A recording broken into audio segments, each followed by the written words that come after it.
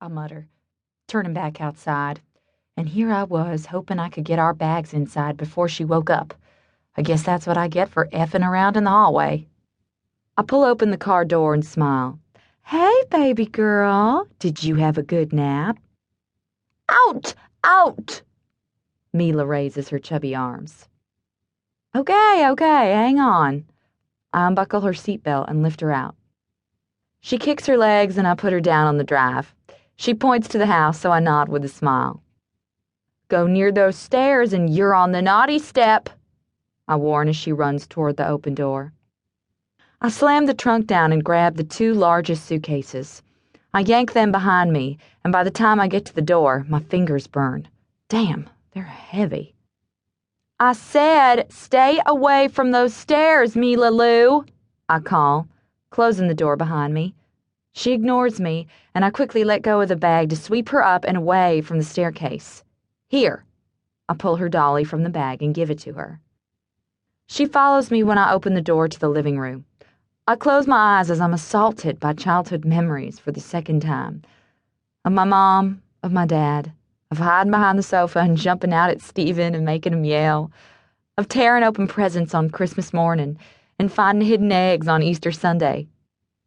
I take a deep breath and move to the windows. I open one to help eliminate the faint musty smell that's hanging around. This room is almost stale from not being lived in, a stark contrast to the last time I was here. Our next stop will be to the store to get cleaning stuff. Automatically, my eyes flit to the little girl babbling to her dolly. Being scared to leave this house is dumb. So friggin' dumb. Like a kid that's afraid to get out of bed because of the monsters they imagine are underneath. But I have to leave sooner or later. She'll be seen, sooner or later. I may as well go with sooner and silence the rumor mill I know has been churning. But I don't move. I stay standing where I am, staring at her.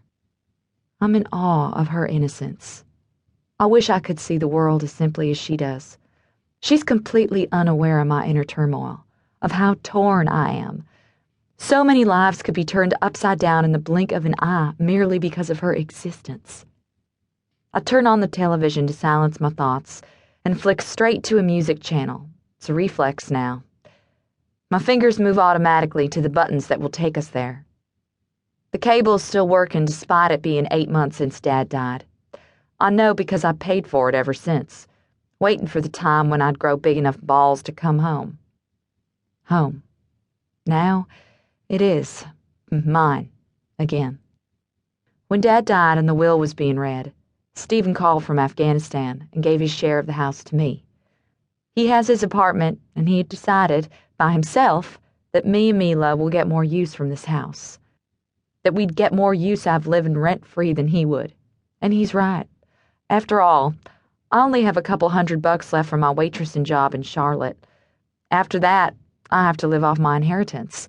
It's the one thing I definitely don't want to do. So the house is bigger than we need, but it has a huge yard for Mila to play in. That's sure as hell something my tiny 2-bed city apartment doesn't have. Dada! Mila claps her hands. I turn around sharply. She pulls herself up on the TV stand and stares at the screen like a lovesick teenager. But my heart is thumping double time, my palms almost sweating. It takes a few beats of the music to realize it's just Dirty B's latest song on MTV and not the man himself walking through the door. I force a laugh at myself. Shit, I've been back in Shelton Bay for 10 minutes, and I'm already thinking Connor Burke will burst my door down for the daughter he doesn't even know exists. I run my fingers through my hair. Crap. My stomach twists with the same guilt I've carried around for nearly 2.5 years. The guilt of keeping her away. Mila shrieks when Connor's face fills the screen. He's smiling, his voice crooning through the speakers and sending wave after wave of tremors through my body, the way it always has. He's living the dream, his dream. I could never take that from him. I know what I did was for the best. Running away the day I saw that little blue line was both the best and worst decision I've ever made. Besides,